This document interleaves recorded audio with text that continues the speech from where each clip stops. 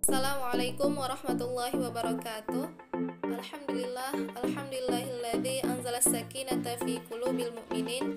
Asyhadu an la ilaha illallah wa asyhadu anna Muhammadar Rasulullah. Allahumma shalli ala Muhammad wa ala alihi wa man tabi'ahum ila bi ihsanin ila yaumiddin. A'udzu billahi minasyaitonir rajim. Bismillahirrahmanirrahim. Laqad kana fi Rasulillahi uswatun hasanah liman kana yarjullaha wal yawmal akhir wa dzakarallahu katsira. Shadaqallahul azim. Baiklah, kami dari kelompok 3 yang beranggotakan saya sendiri Nada Saswita dan rekan saya Rodiatul Jannah yang akan mempresentasikan hasil diskusi kami dengan judul Ilmu Hadis Riwayah dan Diroyah dan beserta pembagiannya. Tugas ini untuk memenuhi mata kuliah studi hadis dengan dosen pengampu Ustadz Dadang Firdaus. Baiklah, langsung saja kepada materi yang akan disampaikan oleh pemateri pertama, rekan saya Rodiatul. Ilmu hadis muncul sejak masa Rasulullah SAW dan perhatian para sahabat terhadap hadis atau sunnah sangat besar. Demikian juga perhatian generasi berikutnya seperti tabi'in, tabi'in, dan generasi seperti tabi'in. Mereka melihara hadis dengan cara menghafal, mengingat, bermudzakarah, menulis, menghimpun, dan mengodifikasinya ke dalam kitab hadis yang tidak terhitung jumlahnya.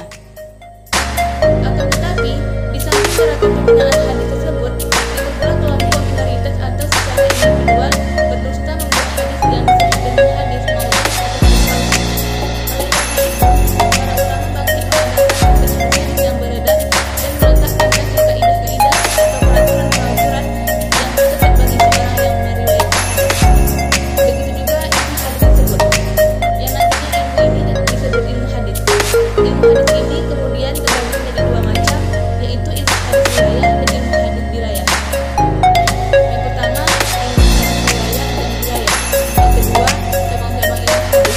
Yang ketiga, pembagian hadis ditinjau dari segi kuantitas perawian. Pengertian ilmu hadis riwayah.